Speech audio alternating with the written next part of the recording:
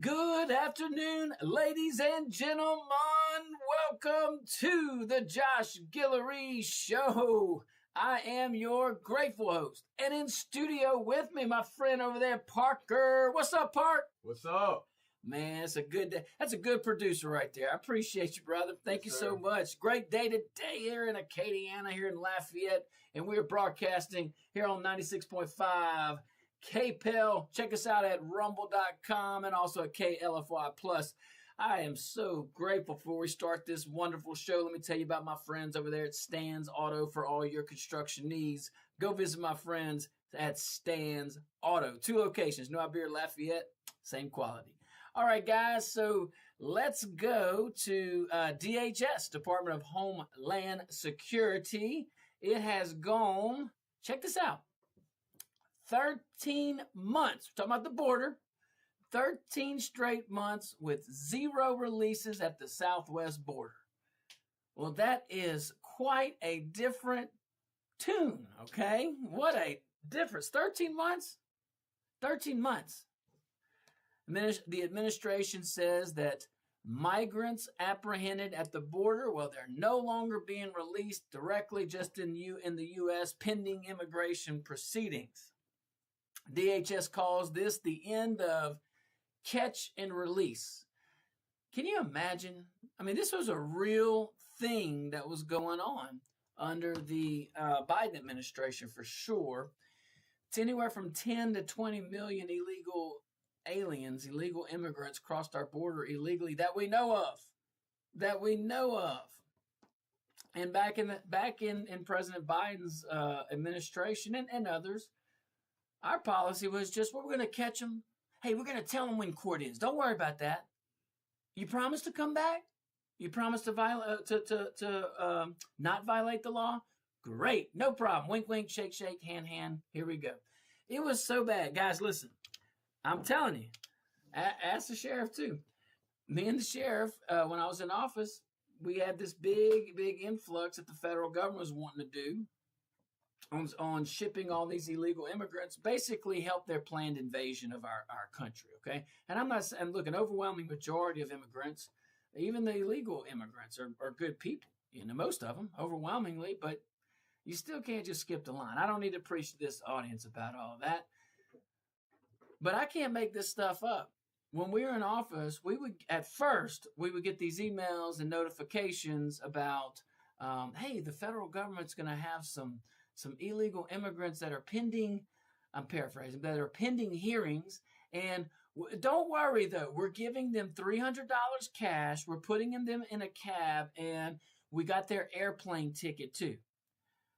So basically, the taxpayers funded their getaway. Here's $300 cash. Here's a plane ticket. First of all, do we even really think they're getting on the plane? Maybe some. Maybe most. It just takes one. That's all I'm saying. That's all I'm saying. So end of this catch and release.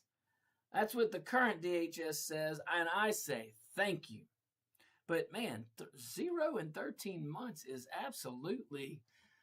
that's astonishing considering where we were. Now, let's go to the numbers here. I mean, they are just the apprehensions alone are dramatically lower than when President Biden was the president. May 2026, you're looking at, and this is just a month over month. Look at this. May 2026, almost 10,000, just under 10,000. April 2026, just under 9,000. DHS says May's numbers is 94% below the Biden era average monthly average. 94%. That's 94% less apprehensions. We're not even talking about anything other than apprehending the person here illegally. It's 96% below the peak of the border surge.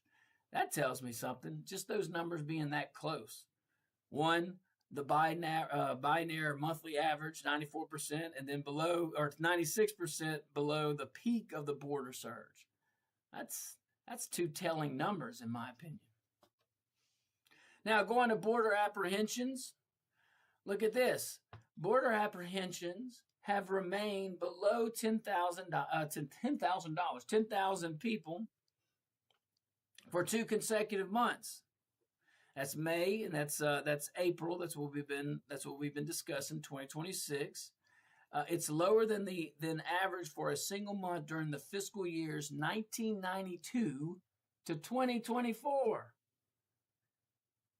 That's lower than the average single month, of course, but man, not just like one off. This is a monthly average. Pretty objective. Let's look at the actual crossing levels.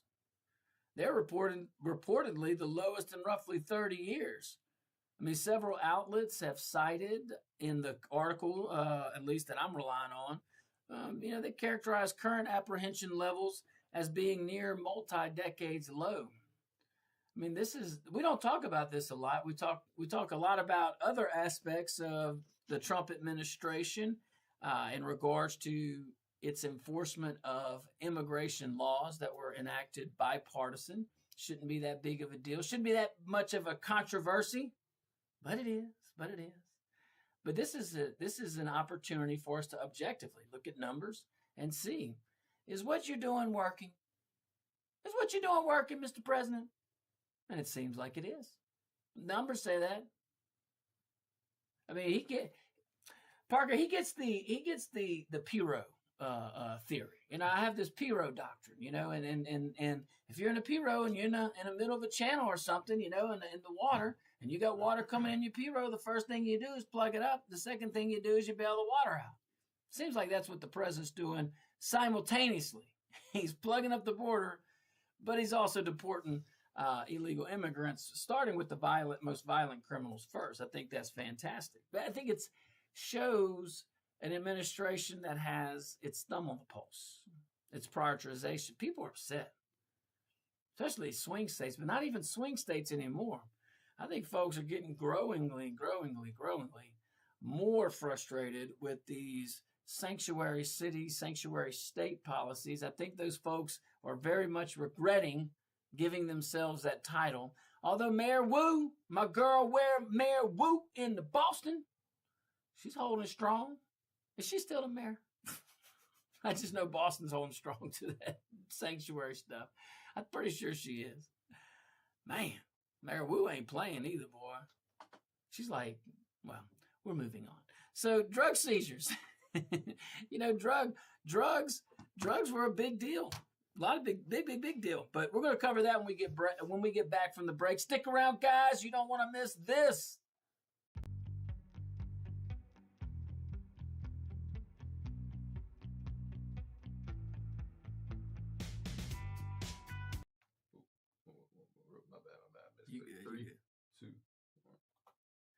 Welcome back to the Josh Guillory Show. Let me tell you about my friends over there, Dr. Kevin's Wellness Clinic. Dr. Kevin, man, go visit him. 983-CARE. He's here every Wednesday, Wellness Wednesday. I know he's running a lot of informative campaigns, a lot of educational stuff around the community about inflammation, but it's so much more. I'm telling you guys, you got issues with blood pressure. I did.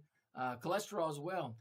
Everybody's just different, okay? But I was able to get off both those medications just by going to do Dr. Kevin's program. And it's not that hard, not that difficult, and they're so nice over there. So go check them out at Dr. Kevin's Wellness Clinic, 983-CARE, right here in Lafayette, Louisiana. Tell Chris and the crew, your friend Josh and Jamie, all my Jamies, they said hello.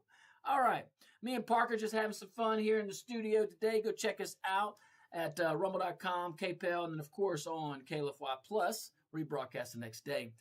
All right, we're talking about the border. We're talking about record lows here as far as apprehensions. 13, that's crazy. 13 months in a row at zero, basically. I mean, I'm saying zero. It's virtually zero.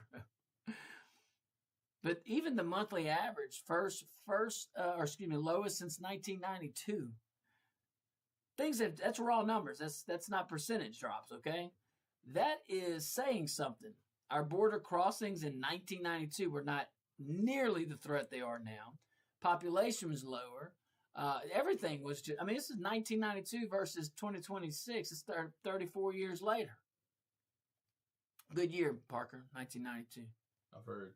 Yeah, man. I was in 4th grade. Don't worry about it. I wouldn't even have thought yet. That's all right. Good thought. You're a good thought waiting to come to fruition. All right, let's see here. Let's go to drug seizures though. In regards to the border, man, just that. I mean, you could see where the priority is. You can see DHS working with the administration who has their thumb on the pulse, saying, "Man, we're tired. We are tired of our families getting impacted by fentanyl." I read another story the other day about a fentanyl death, and sadly, there's that all the time. Maybe it's getting better, but one thing we have to do is stop the influx of supply coming into our country. And I know it's horrible how we talk about those boats and stuff like that, but where are you going to engage the enemy at? Because they're the enemy. They are the enemy. Don't play around. These drug cartels, these drug dealers that come to our country to poison our kids, poison our families, our workers, our neighbors, ourselves if we're not careful. All of this, where you want to engage them, in the water or on our shore. We've seen what happens when we let them come on our shore. So you got to try something different. Now this isn't the ocean. This is the border. I get all that, but think about this. Drug seizures have actually increased. So we have a lower number, yet we have higher drug arrests and drug instances where we're just taking in all the evidence. And the thing about these is they're on full display. So regardless, total seizures of cocaine, meth, heroin, fentanyl, plus 32% versus May of 2024. Man, so we have a decrease of apprehensions. Significantly. We have a decrease of border attempts at the crossing attempts. But yet we have a higher number in drug apprehensions or drug cases where we're either seizing drugs, seizing weapons, seizing both. But that's up 32% in just a year. Fentanyl seizures. You want to talk about priorities? Look at this. It's up 72% from April. 795 pounds were seized in May. That's just last month. That's a lot. But the enemy's vigilant. That's why we're so grateful to have President Trump for the next just over 2 years. That's great. And we should encourage our Congress folks to do all they can to codify a lot of these actions that the president's having. Borders, he's just really enforcing the law, which is great. But if there is a way to codify and put into writing some of the actions that he's doing so future executives have to follow the same thing or change the law, sure would help, in my opinion. Sure would help. Now, total drug seizures this fiscal year up 56% compared to the same period last year. You telling me there's not an enemy out there? This is drugs coming into our country if we don't stop it. Bad ones, too. Not any of this play stuff. I mean, this is real deal. So 56% of total drug seizures this fiscal year plus 56% compared to last year. Okay. Now, our friend, DHS Secretary Mark Wayne Mullen, get me a doggone UFC belt. Let's go. He says enforcement policies ended releases and reduced crossings. You're right. You're right. The Border Patrol Commissioner Rodney Scott says the same policies contributed to increased drug interdiction. Well, I'd say so too, Mr. Commissioner. Very good observation there. Just kind of goes to show you priorities, guys. It's priorities, man. What's important? I didn't know that abandoning the protection of Americans in our country and our country's sovereignty, I did not know that was a priority. Well, I do now. But for years, we just didn't know that was a priority of Democrat leaders. Didn't know that. Didn't know that selling your back or selling your country out and turning your back on them. Didn't know that was part of the platform over there at the DNC meetings, little conventions. They got a lot of sub-meetings too, don't worry. It's a marathon, not a sprint. That's what they say. That's what they say. I don't know. I don't know. But I never knew that. Or maybe it's, I don't know. I've seen the DNC playbook before. You create a lie, you get the headlines, then you cite the headlines as sources so you can reference it in little mail out so you don't get sued. I get it. Okay, cool. We knew that playbook was out there for a while. Now, my observations, usually the rhino or the Democrat, but rhinos do this tactic the most, in my opinion. Usually what they're projecting on their opponents, their political opponents, they're usually doing this. They're usually doing the activities that they're saying the other person's doing. You ever notice that? You see it all the time. You see it all the time. But I see the time on my clock here. We got to take us a little tiny break. Don't worry, me and Parker are going to be back here on the Josh Guillory Show. You just stick around. We're going to switch topics. We're going to go into California. What are they doing over there? Trying to ban weapons again? Come on. We're going to talk about that and so much more. Stick around. My bad. You good, 3, 2, 1. Welcome back to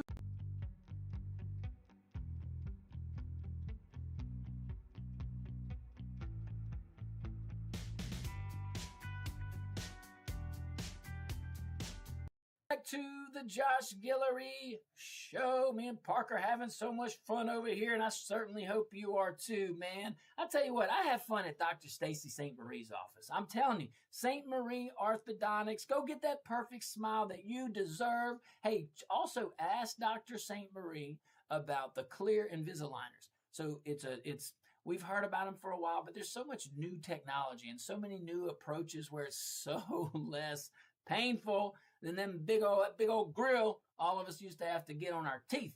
So go talk to Dr. Stacy St. Marie. Talk to his crew. He's got a new dentist in there. New orthodontist in the office. Go check her out too. Sweet as can be, smart as can be, sharp as a tack. Trying to find my words, Park. But I tell you what, I do know this. I am very happy with my friends over there at St. Marie Orthodontics. I know you will be too. Go check them out. They serve all ages. We still good? All right. So let's see here. Let's go to California's new Glock ban taking effect July 1st. I thought, boy, I wish your mic was high. We could talk about this. I thought that we had a Second Amendment. I thought it said that nor shall Congress, and that's been extended to local governments, nor shall Congress pass any law. Oh, wait, hold on. That's the First Amendment. We have a problem with that one too. You see how I'm combining everything? I'm telling you, this is a tactic from all, like, the elites, and it's more so prevalent on the DNC side. But when you look at First Amendment, nor shall the government infringe on the freedom of speech, amongst other things. Congress shall pass no law. But you go in the Second Amendment, it's not as clear. I get all that on the text, so we're told. I think it's crystal clear. We have the right to bear arms. We have the right to bear arms. And the Supreme Court has ruled this several times. And in recent cases, look at D.C. versus Heller. That's a 2008 case that the Supreme Court, which was way less conservative than it is now, said, of course, you can't. We have the right to bear arms. Now, that was D.C. versus Heller. That was a D.C. case. So we get kind of cute with it. The left gets kind of cute with it. So those folks in Chicago say, you know what? I don't care about your Second Amendment right to bear arms. Okay, whatever. And we don't care about that D.C. versus Heller case because that was in the District of Columbia. And Congress overrides the D.C. laws, etc., etc. Well, okay. So the city of Chicago said, well, we're going to pass our own because we're a city. And you didn't really talk to us that much in that case called D.C. versus Heller. Well, there's another case, City of Chicago versus McDonald in 2011. And when it went all the way to the Supreme Court, which is rare, but think about it. It's only a 3-year difference between 08 and 11, and the court still took the case. And they reaffirmed, yep, y'all know what we said in D.C. versus Heller? Yeah, we still got a Second Amendment. Somebody should send a copy of the opinion of D.C. versus Heller and City of Chicago. Okay, McDonald versus City of Chicago. Someone should send it to those folks over there in California. A new Glock ban. Everybody excited? July 1st.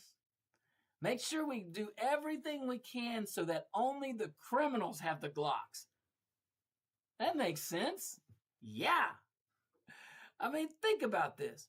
You already got, I would say, you have millions of Americans that have Glocks. You probably have over 1 million Californians that have it, if not close. I mean, veterans carry Glocks. I mean, this is a Glock ban, okay? Police officers carry Glocks. Concealed carry permit holders, they carry Glocks. Man, even Kamala Harris owns a Glock. That's what she said. She said, crack is whack. Wait, that was Whitney Houston. She said she owned a Glock. I'm just saying. Yet somehow, California has determined that the problem is the next guy who wants to buy one, okay? That's the problem in California. They're scared. They don't like this. They say if we just pass laws, things will be better. Hey, do y'all have any anti-littering laws in California? I would love to see that. Because how's that law working? Did you legislate LA to cleanliness? Now, I'm not talking about when there's a big old tournament coming on. That's different. I'm talking about regular, everyday, for everyday Californians. Huh? No? That's not working? Because it looks horrible. It's starting to look as bad as Lafayette's bus stations, okay? Bus stops. I'm sorry, I keep hitting that. I mean, look, you should be able to drive around your city in peace with people not all up in your grill, all up in your window, with cardboard cutouts that you know good dang well those guys have. Just follow them for a while. There's a system. But anyway, California on these Glocks, they determined that, you know what? We got to stop these purchases of Glocks. We got to stop this possession of this handgun. And that's pretty much modern politics on the issue, really in a nutshell. I mean, so California's new law, let me get this straight. July 1st, that's right around the corner. It's only like a week, a little bit over a week. But people who already have a Glock, you're good. You're grandfathered in. That's interesting, by the way. The people coming behind them, well, they get fewer choices. Current owners fine, future owners restricted. That's what this new law in California says. And you might be wondering, what the heck are we talking about those guys for? Well, first of all, we got some listeners over there. I appreciate that. Second of all, hey, don't pretend. If it can happen there, it can happen here. It can happen anywhere. But it's amazing to me how often government arrives at that exact answer. If you really, really think about it. The justification is that, well, criminals can illegally modify these firearms with conversion devices. Yes, they can also, as we see, take vehicles and ram them through audiences or crowds. You want to ban vehicles too? Knives can cut people. You want to ban knives too? Why stop at Glocks? And while we're at it, why don't we go ahead and keep people away from churches too? Oh, we tried that. That was a reconnaissance. They're coming back. Maybe it's this. It's just one little right. It's just one. Come on, we can give up just one little right. It's just the Second Amendment right. You got other rights. You got, like you said, with freedom of speech. Congress shall pass no law that abridges the freedom of speech. Well, okay, until they do. Or the states do, in this case, which has been incorporated. We don't have to talk about all that. But, think about this. The justification, again, that I'm hearing from all the supporters of this, which is a lot in California, at least elected folks. I don't know about the regular folks. But, their concern is that criminals can illegally modify these firearms. All right. Well, you can illegally modify a lot of things.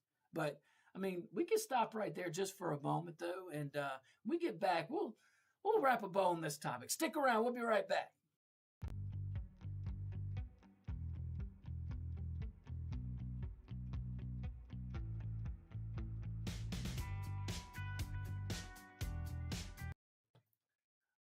Welcome back to the Josh Guillory Show. Go check out my friends over there at Préjean's. Remember, they got brunch now at Préjean's. That's pretty cool.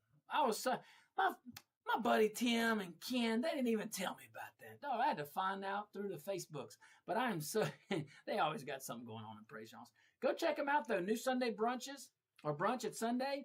Préjean's, same classic style, same quality, but different things to do. We love that. 2 locations. You got the one in between Karen Crow and Lafayette off of I-49. And, of course, the Broussard location. All right, so we're talking about California, passing some California-type laws. In this case, we're watching our dear friends issue a Glock ban for the state of California. That's interesting. So the justification from this, from all the supporters, is, well, excuse me. Bless you. Thank you. Well, criminals can just modify these firearms. They got conversion devices. You got to get ahead of this stuff, government. Yeah, let's stop right there, okay? A criminal illegally modifies a firearm, okay? Government responds by restricting legal purchases, okay? Think about how backwards that is. Somebody breaks the law, and the response of government falls on the people following the law. That is bizarre. Somebody commits a crime. The burden now lands on the citizen standing at the counter filling out paperwork. Really? Somebody operates in the black market? Well, the restrictions hit the person going through a background check. That's what happens. And politicians wonder why we don't trust government. I don't know at this point if it's just blistering ignorance or grandiosity or ego. But these folks that think that you can just regulate this behavior and trample on a constitutional right, Second Amendment in this case, on one of them, is just absurd. It's bizarre. How arrogant to think, how ignorant and naive or just control freakish are you? So the government, you only want criminals. Think about this. I say it all the time with the left. The left really wants us in a position. They don't want me and you purchasing firearms, even though we have a right to do that. They only want, their policies only call for 2 classes of people, 2 groups of people to have guns in the left's ideal world. One is government officials. The second is criminals. People, you can write whatever law you want. We call them criminals for a reason. They don't care. They're going to get the firearm. They're going to do it. It's going to happen. And then all of us law-abiding citizens, well, we can't get a firearm because some bureaucrat or some think tank or some poll said that we should do these laws. We should enact these restrictions on law-abiding citizens. It is just really a head-scratcher. I mean, think about it. The person buying a firearm from a licensed dealer is already participating in the legal system. Pookie down the block with an illegal conversion device isn't. And that is different. One group, very easy to regulate. The other, not so much. Actually, very hard to regulate. And guess every single time, it's the law-abiding citizen. Punishing the law-abiding citizen for a few people that make bad choices.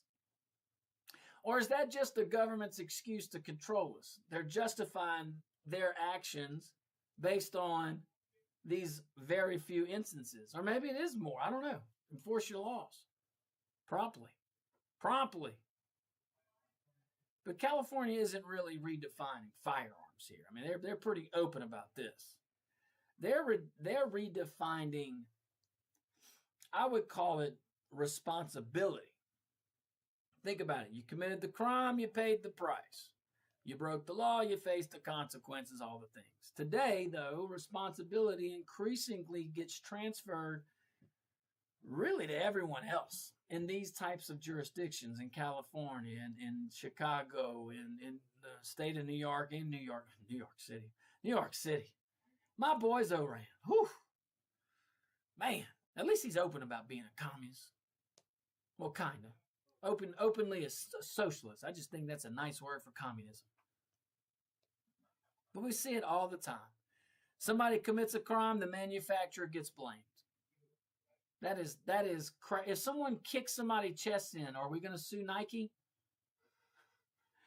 Really, we're going to ban shoes? I don't want to say it too loud, Park, because they'll start doing it. And we got folks here. Trust me, there's some folks right down the street that love control. Love it. So I don't want to give them too many examples. They might start regulating us. That's all right. Manufacturer, retailer, the product, the citizen gets blamed. But it's never the culprit, never the bad guy, never the government. Everybody except the criminal, everybody except the government elites. It's everybody else's fault, and everybody else gets punished except those small groups. Isn't that the thing? Small groups prevail. I think it's the anti-majority mentality. I think it's the anti-democracy mentality. It's the way of the Democrat Party and rhinos. They don't care. They just want the control. But all of this, everybody but the criminal mentality, that has become a governing philosophy in a lot of these jurisdictions. The folks aren't happy about it. It spreads. California has become America's political testing laboratory for some of the most kooky policies that you could possibly dream of. And banning Glocks I don't care what you think on guns or whatnot. Banning blocks, but they'll ban blocks too. Banning Glocks only empowers, like I said, the government. They're going to keep theirs. Yeah, I get it. I know I brought up the police example, but law-abiding citizens, they're done. But criminals, they're okay. Government, they're okay. All right, guys, but we're going to be okay too. Stick around. Hour number 2 right around the corner. I'm telling you, we're going to have some fun. Park, don't go anywhere in this break. We'll be right back.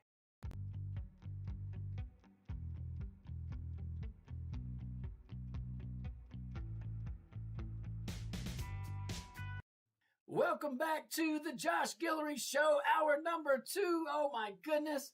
Let's see here. Let's dive right in. Let me tell you about my friends over there at Dino's. Dino's Pizza, man. You can get so many things, even in addition to pizza, salads, all the things. They always have a pizza of the month. Go check them out. Look at Dino's on Facebook and all the social medias if you want to check that out. But go in, great staff. They're going to take care of you. Dino's Pizza, you got 3 locations. You got the one in South side of Lafayette off of Collie Saloon. That's Dino's South. You got a Dino's out in Henderson. Wonderful folks all around. And then you have the historic, classic, beautiful location on Bertrand. Keep Bertrand.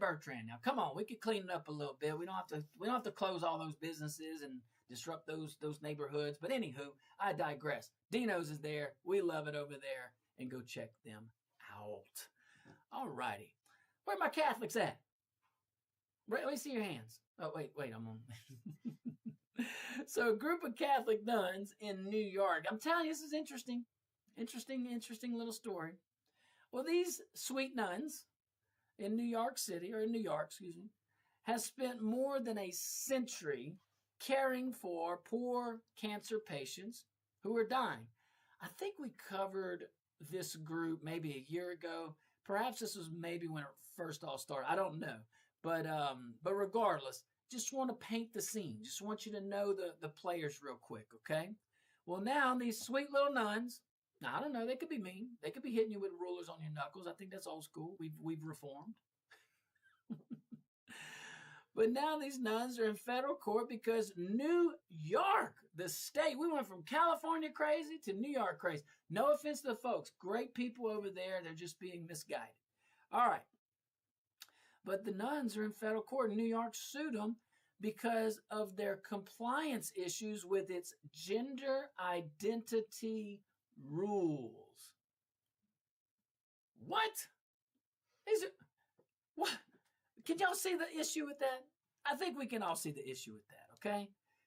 We can see the issue with that very much so. First of all, it's insane. I mean, let's we don't even need to get into genuinely held religious beliefs, okay? Because there is more to the First Amendment than speech. We have the free exercise clause. We have the establishment clause. Free exercise, these nuns and others in the organization should be able to freely exercise their religious practices, absent the government's interference. The establishment clause, government can't endorse religion one over the other, can't have a specific one. It can't endorse no religion over religion either. That's a difference. So you got some pretty cool constitutional protections there that help these sweet nuns. More than 100 years trying to help folks in need, poor folks that are dying of cancer. Just want to give them some comfort as they transition in their journey. The Dominican Sisters of Hawthorne. I want y'all to look them up. See if we can all send them $15. I bet you that would go along. I'm telling you, it would go a long way. Get 100 folks doing it. That's some money. So just saying. But prayers for sure. The Dominican Sisters of Hawthorne over there in New York, where they run a home for indigent cancer patients. I'm pretty sure we talked about this before. It's a good little group, but this is an update in their fight. Their mission is pretty doggone straightforward. Very simple. They care for people at the end of their life. Think hospice, but a little different. You know, they feed them, they sit with them, they comfort them, pray with them. They help these folks die with dignity. According to their lawsuit, though, the state, can you imagine? I bet you they probably wanted to send like the SWAT team after these nuns. They were probably so excited to sue any Christian organization. It was probably like just almost like a ticker tape parade for these guys.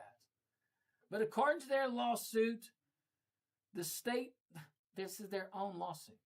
The state recorded 0 complaints from the nuns' residents over a 4-year period, while other nursing homes across New York generated tens of thousands of complaints. That's crazy. I mean, that's wild. That's the scoreboard, at least in this issue in New York. I mean, the care that these nuns are giving is working. The mission is working. The outcomes are strong. But it is becoming apparent that New York, I think they have a different scoreboard here, okay? I mean, we got to worry about some important things. Pronouns, room assignments, bathroom access. You can't just put boy and girl, you silly nuns. Staff training. Got to train on this thing that violates your religious practices. You got to get public notices, compliance and proof of compliance with gender identity policy. I'm sure that's in the catechism. I'm joking, of course. But that is the clash. That's crazy. You know, you got one side over here measuring care, and the other side is measuring and probably marrying ideological outcomes. That is quite a different, that's a contrast, okay? For sure. I mean, you got these folks, I mean, all right. Let me break down a little bit more from a constitutional standpoint. The Catholic faith and most Christian denominations, I don't know of a Christian denomination that doesn't say this. There are boys and girls, there's nothing in between. I don't know what you can't read Genesis and you can't say I have Genesis in my Bible and subscribe to the Bible and say otherwise. If the Bible's not your thing and you want to go with follow the science, well, just look at the science. I am not a medical doctor. I'm just, but there's plenty of them that wrote the DSM-5. Don't get mad at us and all other sane people on this topic, okay? But even the DSM-4 says there is this gender dysphoria. I feel compassionate towards these guys and gals that either think or choose to pretend to be another gender. Okay, whatever. You shouldn't change society and our laws, and you shouldn't infringe on deeply held and genuinely held religious beliefs and practices by this group of nuns and other Catholics and other Christians and anybody else that just disagrees and just refuses to go with the fraction of the percent of number in our population that actually subscribe to this kookiness. It's sad. It's scary. But you know what? I ain't scared to take a break. We'll take a tiny little break. When we get back, we'll finish this topic. All right, guys, stick around. We'll be right back.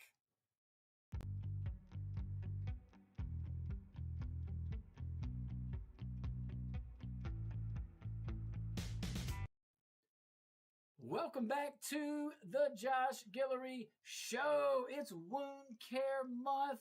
Everybody, go check out my friends at Audubon Home Health. They are so nice over there.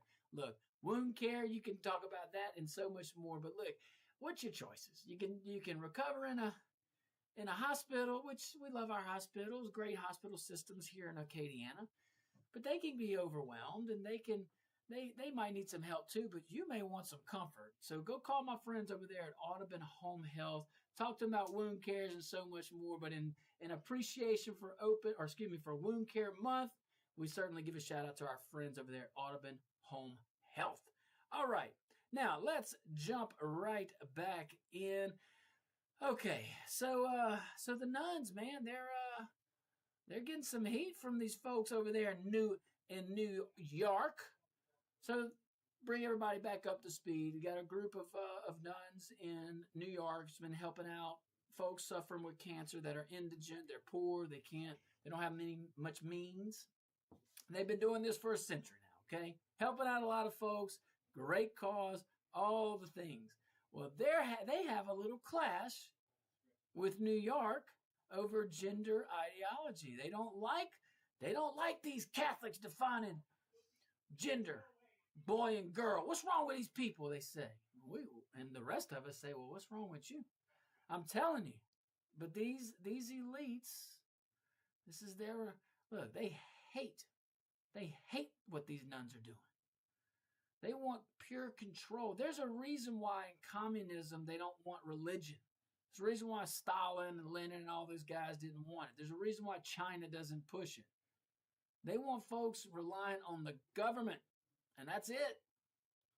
But, thankfully we are progressing. But more and more Democrats, I hate to say it to my Democrat friends that are in leadership, whether in Washington or elsewhere, most folks don't agree with you on this one. Most folks know that there are boys and girls. But anyway, so in regards to this care, you got one side, which is the nuns managing and measuring care. You got the other side, like I said earlier, which would be the government or these politicians, and they're measuring ideological discipline, ideological obedience. Ain't no discipline, obedience. And that's where this grows. This is where what we're talking about kind of grows more than just a single nursing home or a single program or initiative by this one group. Because heck, modern government has become obsessed with forcing every institution into the same mold. Not every government, not every leader, not everyone, but we're seeing that increasingly so. We see it a lot in Democrat-led jurisdictions. Unfortunately, we see it with folks with an R by their name too. That's a Republican in name only. You can come into the club. We just ask that you join our philosophy. But in New York, let's think about some of the effects here. The school must comply, okay? The business must comply. The hospital must comply. The charity must comply.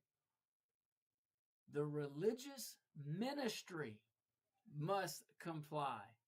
I don't know how that is not a violation of the First Amendment, and maybe it will be deemed so when it runs up the chain of command. But see, these bureaucrats don't care. These elites in charge, they don't care. They know the long game of a court system. In political lawfare, they just need the indictment. They just need the bill of information. They just need that kind of stuff. In this situation, they'll try to outwill the nuns in support of that. I'm telling you, though, they're messing with the wrong crowd, though. I wouldn't mess with them nuns. No. I appreciate them. But even the nuns caring for dying cancer patients, now they must comply. I mean, how does that even look like? I don't even get it. I can't even try to understand it. But that is the part normal people hear, and like what I just rattled off, I think most folks hear that and understand. I mean, these women, these poor nuns, they're spending their lives serving God, but serving people most of society forgets. For all the social welfare programs that New York has rattled off, you would think that this wouldn't even be a need. That we wouldn't even need these sweet nuns coming together for a century and helping out these people with no means to help themselves. You would think that all your pie in the sky, hippie, big government, far left programs and ideology and handouts over the last 50 years would prevent this kind of stuff. I think it makes it worse. Government. The opposite of the solution. That could be there like, we should get a shirt, Government. Opposite of the solution. But man, this is just wild. So think about the folks they're around. The folks that they're trying to help. You got poor people. You got sick people. You got dying people. You got folks that can't pay. These are all things that matter. People who need mercy more than anything else. Quite frankly, all of us need God's grace, and He gives it abundantly. But now, these folks who, like I said, they need mercy than anything else. But the state shows up and just rolls up in with their little rule book. We got some rules here, Johnny. I know the person's dying with cancer and can't go to anywhere else, but let's make sure they use the right bathroom, okay? Do they have the sign up that says boy, girl, or whatever you want? Okay, good. That's how they talk, Parker. Don't worry about it. I don't know everything, but I've been blessed with a gift to know how they talk.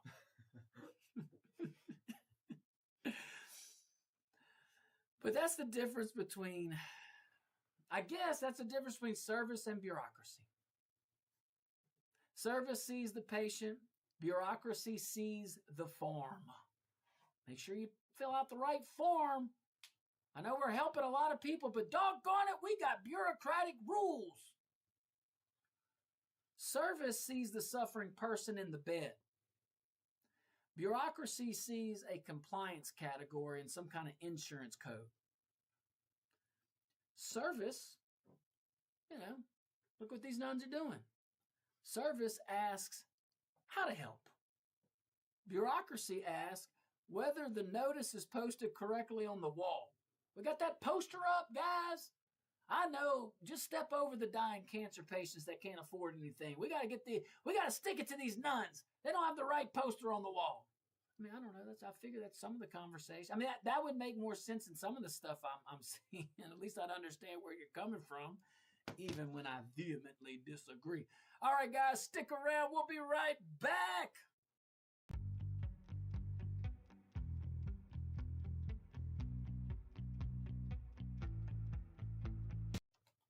Welcome back to the Josh Guillory Show. Man, let me tell you about my friends over there at Stan's Auto. For all your automobile needs, go check them out. And also, while you're here in Lafayette, I'll go visit my friend Dr. Kevin. Dr. Kevin's Wellness Clinic. You can't go wrong over there. Feel better, look better.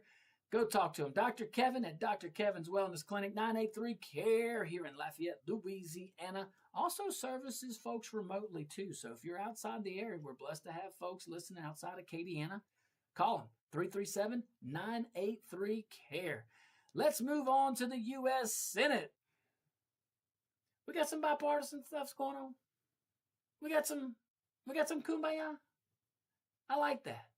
I wish we had some kumbaya on the SAVE Act, the Save America Act. Wish we had some kumbaya on all these things that we got through at budget reconciliation. That would have been nice to have that kumbaya moment 8 months ago, 6 months ago, 3 months ago. Jeez. But anywho, 85-5, 85 senators, Republicans, Democrats, everybody. And my first thought was simple. Okay, we're talking about housing, by the way. I'm so sorry. So the Senate passed a housing bill. That's about as much of the substance as I know. I know a little bit. I'm going to tell you what I do know.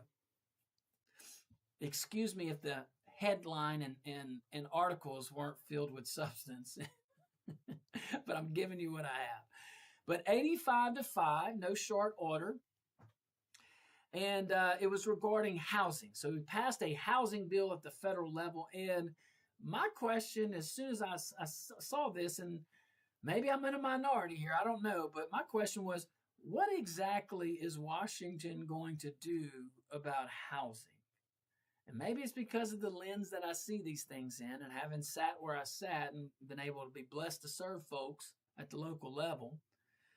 But guys, housing is primarily a local issue. It feels good. Feel good to talk about it in Washington. We help people. We care about people. Feels good in the state. The state has more responsibility than Washington, that's for sure. But cities decide zoning. Cities decide density.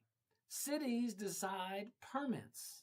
Cities decide where homes get built and where they don't, if there's proper planning and communication. I mean, a city council can stop a housing project long before Congress can. Probably before they even hear about it. Probably every single time, if not 99 point, a long infinite 9. So whenever Washington starts to take this kind of victory lap on housing, don't get mad at me if I'm naturally skeptical. I want to help out folks. I do. I really do. I want to help out folks that are in need. But can we keep it real? Can we just talk, you and I? Maybe the elites will hear us. Maybe the folks in charge will hear us. You never know. Because, to be fair, this bill does contain, I would argue, some useful provisions. And we're still digesting this. If this goes far and it becomes a thing, we'll talk about it more. But it passed the Senate for sure. But the bill streamlines certain federal reviews. Okay, well, I'm all about lessening needless bureaucracy. It encourages more construction. I don't know how it does that. But I will tell you, living in a city now where it is just stagnant and dormant and I live in Lafayette, Louisiana, and just nothing is happening. Like nothing. Our economy's stagnant. We're slow. We're not growing. Our development is almost non-existent. And I stress on that because when a city stops developing, the city dies. Our parish has 5 other municipalities except Lafayette. They all seem to get this concept. Keep investing in the infrastructure. Keep development going. Keep your developers in the loop. Keep your developers, your construction workers, all these folks that help your city and parish, or in this case city, respectively, go forward. Just take that in consideration. But it encourages more construction. Fine, whatever that means. It does put some limits on large corporations buying single-family homes. All right, now, hold on. I'm just going to say, fine, okay, maybe some of that helps, okay, and I hope it does. But let's not confuse activity with accomplishment. Those are totally different things. But let's look at this. So it encourages more construction. Okay, I would love to know more about that. But it puts some limits on large corporations buying single-family homes. We understand the intent there, I believe, and that is to prevent these slumlords. You get these companies coming in, they buy all this property. I'm being extreme here, but like a neighborhood, okay, or a large part of it, and it's just a factory mill, a whole bunch of Section 8 stuff, a whole bunch, or even if it's not, and it's just and Section 8 can help out a lot of people too. So I don't want to downgrade the importance. See, that might be something that housing could help, but regardless, is boy, I might take some flack, but is that the role of the federal government? It's not. The federal government is a government of limited powers. I did not write the Constitution. I just love it. I try to follow it. But the Constitution, the 10th Amendment, it's where we get our states' rights from. It says, I'm paraphrasing, all power that's not given to the federal government is reserved for the states and the people. Got it. That means that the federal government can only act in accordance with the provisions and the power that it is expressly written out, given to the federal government. States are opposite. They can do anything they want unless prohibited by the federal Constitution and the Supremacy Clause, which is in the Constitution. But regardless, here we are. We have the federal government that wants to prohibit companies from coming into, I guess, neighborhoods or cities and trying to create these environments. I don't know. Again, great intention, wonderful intention. I love that. That's a mayor's job. That's not even a governor's job. That is a mayor's job. Where's the, in order for Congress to regulate this stuff, they have to have that constitutional authority. Most of the constitutional authority that Congress relies on is what's called the Commerce Clause, Article 1, Section 8 of the Constitution. They use that for everything. But it has to, the regulation, the behavior has to touch on interstate commerce. That's the crux of the Commerce Clause. And that's what Congress has been using at least for 100 years to justify, almost 100 years, I apologize, to justify their legislation. All right, guys, we're going to take us a tiny little break. When we get back, we're going to wrap a bow on this. I can't wait.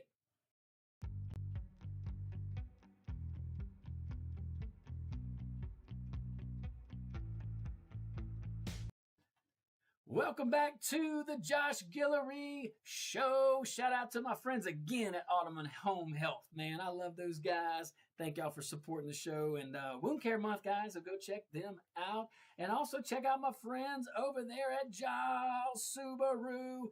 Giles Subaru, man, they got so much selection. The Subaru model, you see it everywhere. Go check out the new line of 2026 Subarus at Giles and Nissan. It's mid-year. They got some stuff going on. Ask them what deals they have.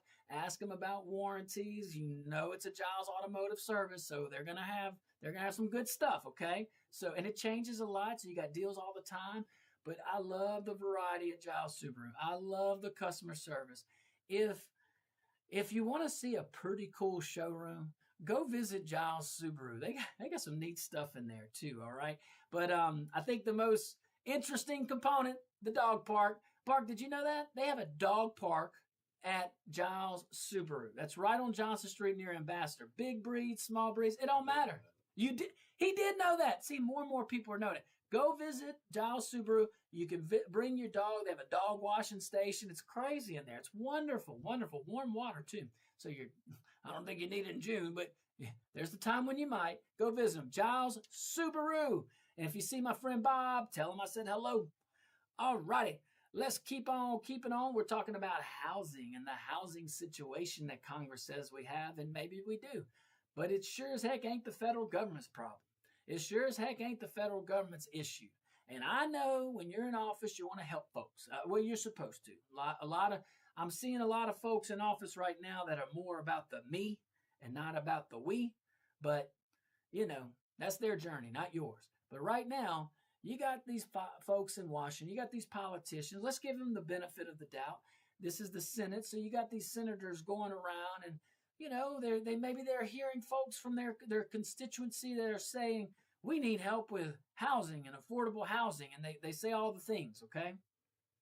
And the senator just wants to go back and help people. That's why he's a senator.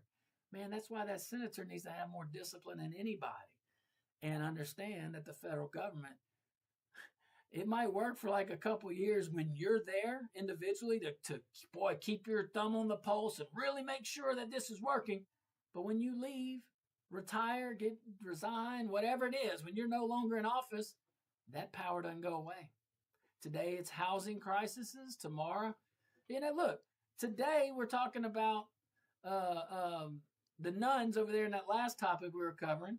Maybe they go after regular Catholics next, or they go out of what? The government is an animal. It is an aggressive beast that doesn't give back its power. Not easily. There are ways. Trump's trying to with the regulations, but I think Congress needs to come in and write those actions into law. So that way, whatever the president's doing, it's codified. It's locked in. It's written into almost cement because you can change it. But you want to talk about real housing decisions? You want to talk about where the rubber meets the road on this housing stuff? That is happening at city halls. That's happening in mayor's offices and parish president's offices, parish governments, planning commissions, zoning boards. And by the way, if you want something interesting to do, I'm just saying, if this is your thing, pop you some popcorn and go to the parish and the city planning commission meetings. Most of the time, they're pretty straightforward. But if there can be some fireworks there. By the way, shout out to all of our commissioners here locally on the city planning commission and the parish planning commission, because you don't get paid. And most of the time, it's easy breezy. But boy, when you got some controversial stuff, it's almost like walking into one of those heated school board member meetings. It's intense. You're dealing with folks' private stuff, their property and all this. Whew. But the initiative, that's all at the local level. That's where homes and building structures get approved. That's where homes get delayed too, by the way. That's where supply can get restricted. That's where costs go up. It ain't in some lab. It's not in some committee hearing. What are y'all going to talk about? That's all you do. Talkity, talk, titty, talk, talk.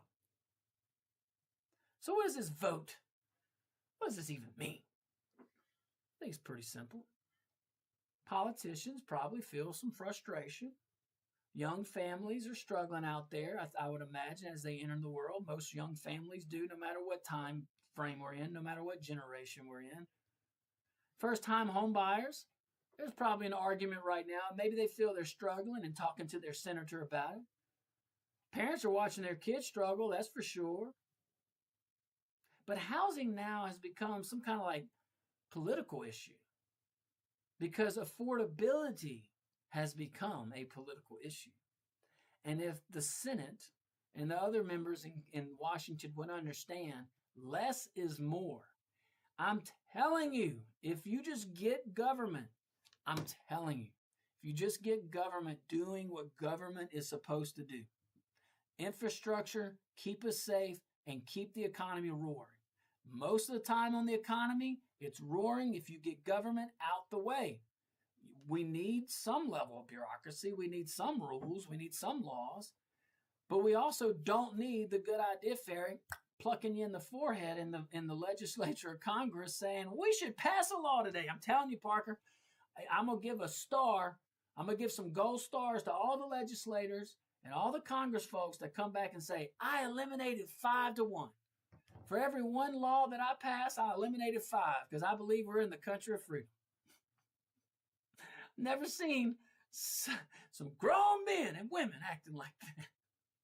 But really, we've got to be disciplined to the founding principles of our Constitution. The federal government is not here to solve everybody's problem. When the federal government tries to do that, the federal government makes it worse constantly.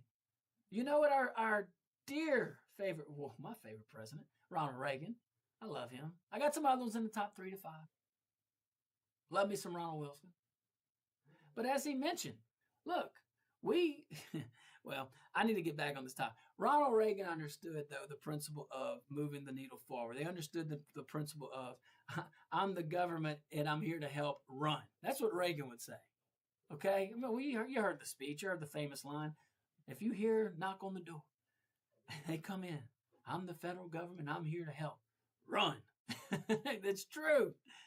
Every time they put their hands on something, it goes wrong. If it's not the function of government, if it's keeping us safe militarily, protecting our borders, if it's infrastructure, if it's keeping our economy flowing, that is when you can strive. That when you can thrive. All that other stuff, leave it to the folks that are responsible for it. Guys, I had such a great time these 2 hours. Thank y'all for sticking around. May God bless you. Be kind out there. Be careful. But again, Park, be really, really